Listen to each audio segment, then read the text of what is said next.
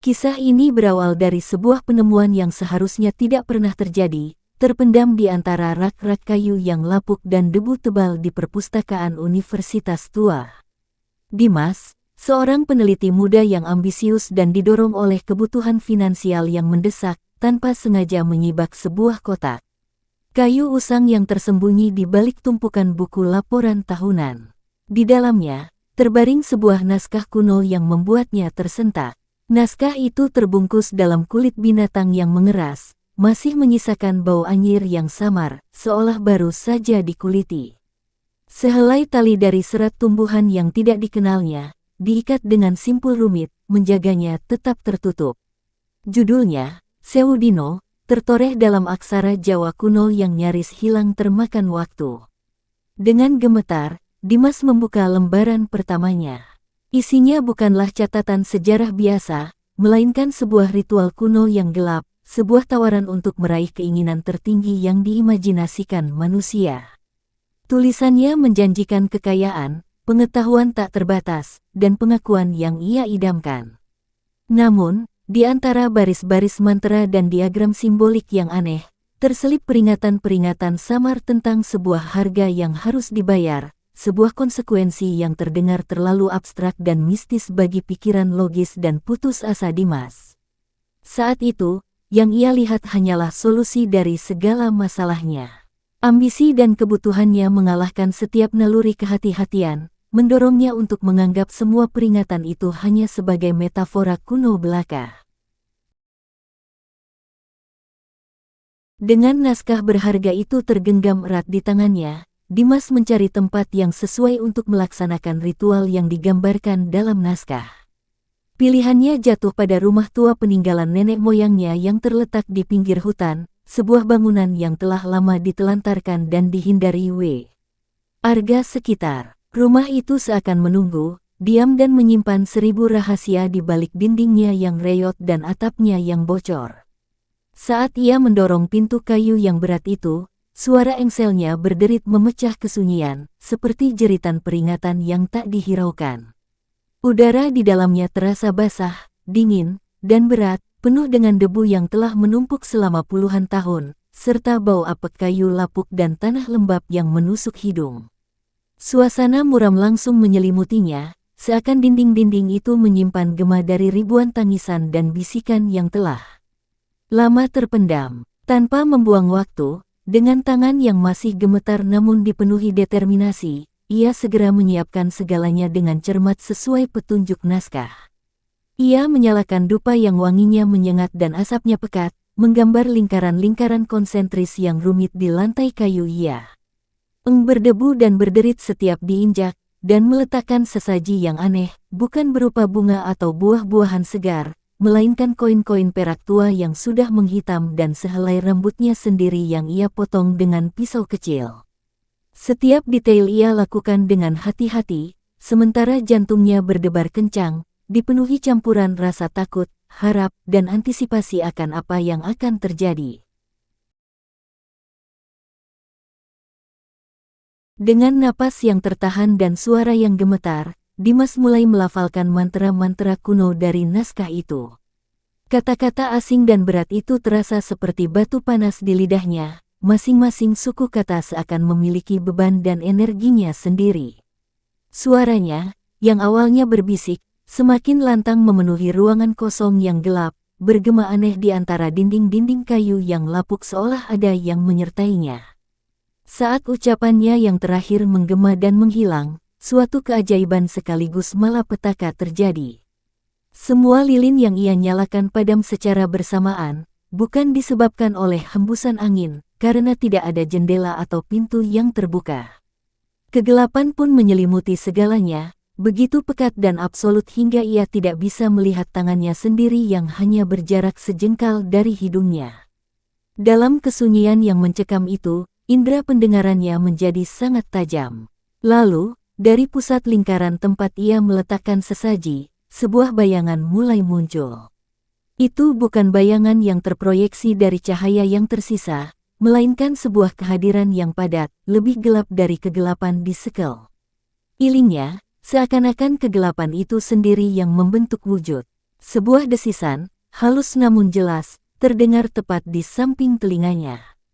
Suara itu seperti desisan ular yang dipadukan dengan bisikan perempuan, berirama dan memikat, namun menusuk hingga ke tulang. Dia berbisik, "Kau panggil aku. 1000 hari kita punya. Apa yang kau inginkan?" Sejak malam ritual itu usai, kehidupan Dimas berubah layaknya mimpi yang terindah, namun diselubungi oleh kabut yang semakin pekat. Kekayaan mengalir deras dan tanpa diduga-duga. Proposal penelitiannya yang selama ini selalu ditolak dengan berbagai alasan, tiba-tiba disetujui dengan dana yang sangat besar, jauh melebihi ekspektasinya. Barang-barang berharga, kadang dalam bentuk uang tunai yang ditemukan di tempat yang tidak terduga atau benda antik yang tiba-tiba dihadiahkan oleh koleganya, seolah menemukan jalannya sendiri ke dalam genggamannya. Namun, setiap kemudahan dan keberuntungan itu datang dengan sebuah bayaran yang tidak kasat mata. Setiap kali sebuah keinginannya terpenuhi, ia merasakan kehadiran Sri semakin nyata dan mengintimidasinya. Awalnya hanya bisikan-bisikan samar yang kadang terdengar saat ia hendak tidur, lalu berlanjut dengan kesan bahwa ada yang mengawasinya dari balik sudut ruangan. Sesekali, di ujung pandang matanya, ia menangkap kilatan bayangan perempuan berkebaya hitam yang menghilang secepat ia muncul. Yang paling membuatnya tidak nyaman adalah wangi melati yang menyengat, wangi yang sama dengan dupa dalam ritual, yang selalu membuntutinya. Aroma itu memenuhi sudut-sudut rumahnya, menempel pada pakaiannya, dan bahkan terkadang tercium dalam mimpinya, menjadi pengingat konstan bahwa ia tidak pernah benar-benar sendirian. Malam-malam yang sebelumnya digunakan untuk beristirahat, kini berubah menjadi siksaan panjang bagi Dimas. Mimpi-mimpinya bukan lagi sekadar bunga tidur, melainkan pengalaman yang terasa nyata dan menginvasi kenyataan. Ia seringkali terbangun dalam keadaan tubuhnya lumpuh, tidak mampu berteriak atau bergerak, sementara kesadarannya sepenuhnya terjaga. Dalam keadaan setengah sadar itu, sebuah sosok perempuan dengan wajah yang kabur namun memiliki senyum yang terlalu lebar dan mata yang gelap kosong, mendatanginya. Sentuhannya terasa dingin seperti kabut malam, namun meninggalkan sensasi terbakar pada setiap inci kulit yang disentuhnya.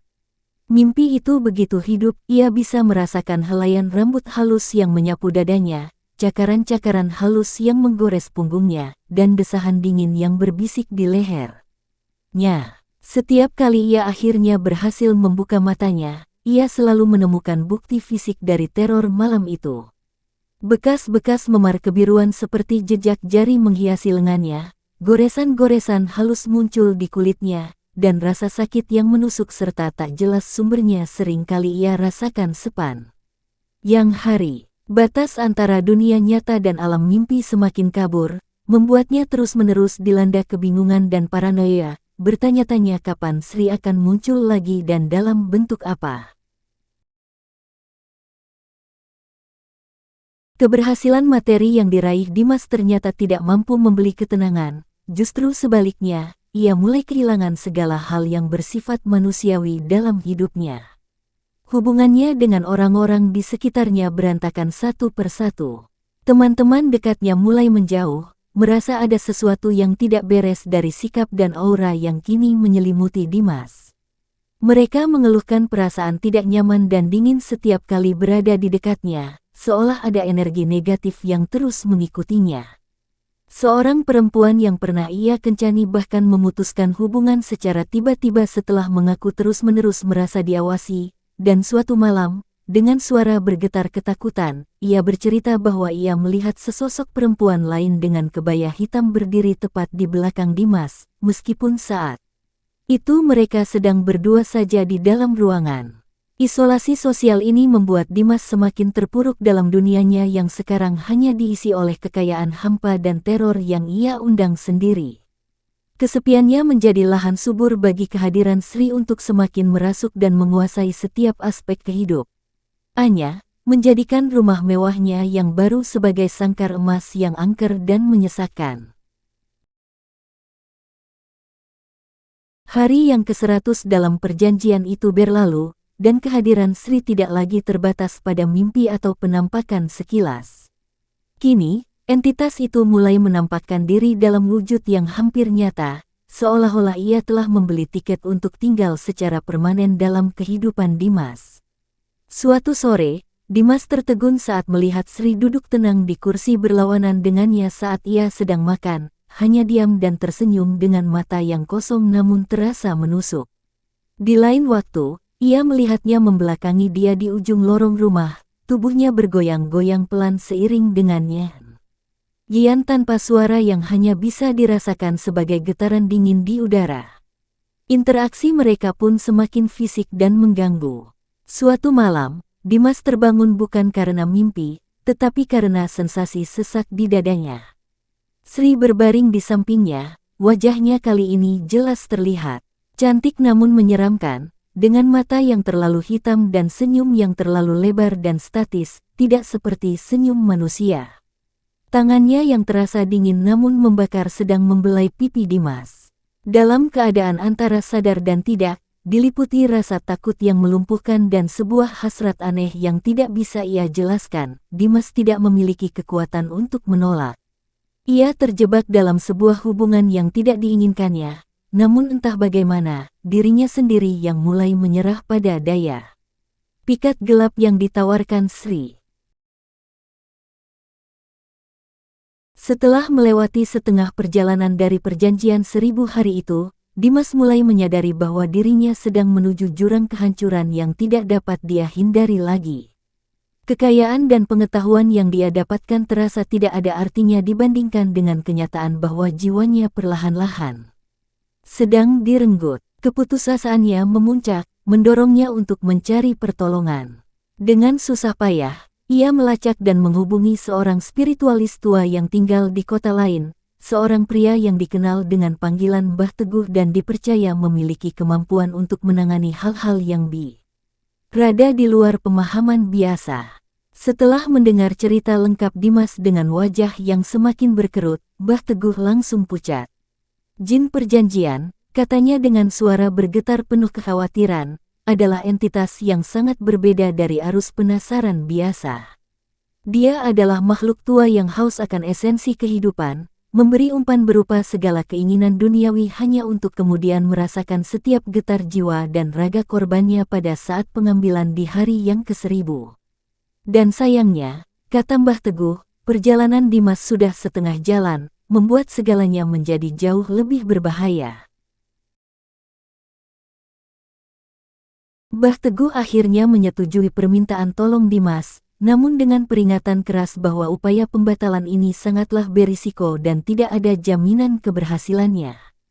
Ritual pembatalan harus dilakukan di tempat yang sama di mana perjanjian awal dibuat, memanfaatkan momen bulan baru yang identik di engan awal dan akhir suatu siklus. Itu berarti Dimas harus bertahan selama berbulan-bulan lagi, menunggu waktu yang tepat sementara Sri terus mendekatinya dengan intensitas yang semakin menjadi. Sri, yang sepertinya menyadari niatan mereka, mulai menunjukkan watak aslinya yang lebih gelap. Bisikannya yang dulu memikat berubah menjadi desisan ancaman yang penuh kebencian. Sentuhannya yang dulu dingin kini terasa seperti sengatan listrik, meninggalkan rasa perih yang dalam dan bekas merah pada kulit Dimas. Mimpi-mimpi yang dulu masih mengandung unsur daya tarik sensual, berubah menjadi murni teror dan siksaan, di mana Dimas merasa dirinya diombang-ambingkan antara kesadaran dan kegilaan, tidak lagi mampu membedakan mana kenyataan dan mana ilusi yang diciptakan Sri untuk melemahkan perlawanannya. Setiap hari menjadi ujian ketahanan mental dan fisik, sebuah neraka yang harus dilaluinya sebelum mencapai hari konfrontasi tersebut. Akhirnya, malam yang sekaligus ditunggu dan ditakuti itu tiba. Bulan baru menyelimuti bumi dalam kegelapan yang pekat, suasana yang sempurna untuk sebuah penutupan atau awal yang lebih buruk. Dimas dan Mbah Teguh berdiri di dalam rumah tua itu, di ruangan yang sama di mana segalanya bermula. Lingkaran kapur digambar sekali lagi, namun kali ini diisi dengan simbol-simbol pelindung dan pembatalan yang rumit. Lilin-lilin khusus dinyalakan, memancarkan cahaya temaram yang seakan enggan menerobos kegelapan. Saat Mbah Teguh mulai melantunkan mantra tolak bala dengan suara yang dalam dan mantap, seluruh rumah bergemuruh seolah-olah marah. Angin berhembus kencang secara tiba-tiba, menerjang ruangan dan membuat nyala lilin bergoyang liar, meski semua jendela dan pintu tertutup rapat. Dan kemudian, Sri muncul. Bukan lagi sebagai bayangan atau siluet, tetapi dalam wujud yang hampir padat, cantik namun mengerikan, wajahnya dipenuhi amarah murni. Dia menjerit, suaranya seperti ribuan suara yang bersatu penuh kebencian, "Dia milikku." Mbah Teguh tidak gentar, suara mantranya semakin lantang dan berwibawa, mencoba membungkus entitas itu dengan cahaya pelindung. Dimas, yang terjebak di antara keduanya, hanya bisa terduduk lemah, dan untuk pertama kalinya ia menatap langsung ke mata Sri. Dan dalam mata itu, di balik segala kemarahan dan kengerian, ia melihat sesuatu yang lain. Kelaparan yang abadi, kesepian yang tak terbendung, dan sebuah kehampaan yang lebih dalam dari apapun yang pernah ia bayangkan. Ia tiba-tiba memahami dengan jelas. Ia bukanlah korban yang tak berdaya yang terjebak dalam sebuah ritual. Ia adalah pihak yang dengan sengaja menyetujui perjanjian gelap ini, tergoda oleh iming-iming duniawi. Segala kekayaan dan kenikmatan yang ia rasakan hanyalah umpan, dan sekarang, saatnya untuk membayar lunas dengan jiwa dan raganya. Pertarungan antara kekuatan Mbah Teguh dan kemurkaan Sri mencapai puncaknya, dan Dimas tahu, dalam hatinya, hanya satu yang akan bertahan ketika fajar menyingsing nanti. Pertarungan antara teriakan Mbah Teguh dan jeritan Sri memuncak, mengisi ruangan dengan energi yang berdentum-dentum. Setiap mantra yang dilontarkan sang spiritualis dijawab dengan gelombang kekuatan gelap yang mendorong mereka hampir terjatuh. Dimas, yang terpaku di lantai, menyaksikan kedua kekuatan itu saling menerpa bagai gelombang di lautan yang ganas. Tiba-tiba, Sri mengalihkan pandangannya dari Mbah Teguh dan menatap langsung ke arah Dimas. Senyumnya yang mengerikan meregang, dan dalam sekejap, dia menerjang, bukan sebagai wujud padat, tetapi sebagai arus kegelapan yang menusuk langsung ke dada Dimas. Rasanya seperti es yang membekukan sekaligus besi panas yang membakar dari dalam. Dimas menjerit, tetapi tidak ada suara yang keluar. Di depannya, Mbah Teguh terus bersembahyang, wajahnya berkerut penuh konsentrasi dan keputusasaan. Kegelapan itu merembes dalam dirinya, mencabik setiap kenangan, setiap emosi, setiap bagian dari siapa dirinya. Yang tersisa hanyalah rasa hampa yang begitu luas dan dingin. Perlahan, sosok Sri memudar, tetapi bukan karena dikalahkan, melainkan karena dia telah mencapai apa yang diinginkannya. Dia telah sepenuhnya menyatu dengan korbannya. Dimas, atau apa yang tersisa darinya, bangkit. Matanya, yang dulu penuh kehidupan, kini segelap malam tanpa bintang, memandang kosong ke arah Mbah Teguh yang terengah-engah. Dengan suara datar yang bukan lagi sepenuhnya miliknya, dia berbisik, 1000 hari telah genap. Lalu, dia berbalik dan melangkah pergi, menghilang dalam kegelapan hutan, meninggalkan Mbah Teguh yang terduduk lemas, menyadari bahwa yang ia hadapi bukan lagi manusia, melainkan wadah kosong yang kini dihuni oleh sebuah kelaparan abadi.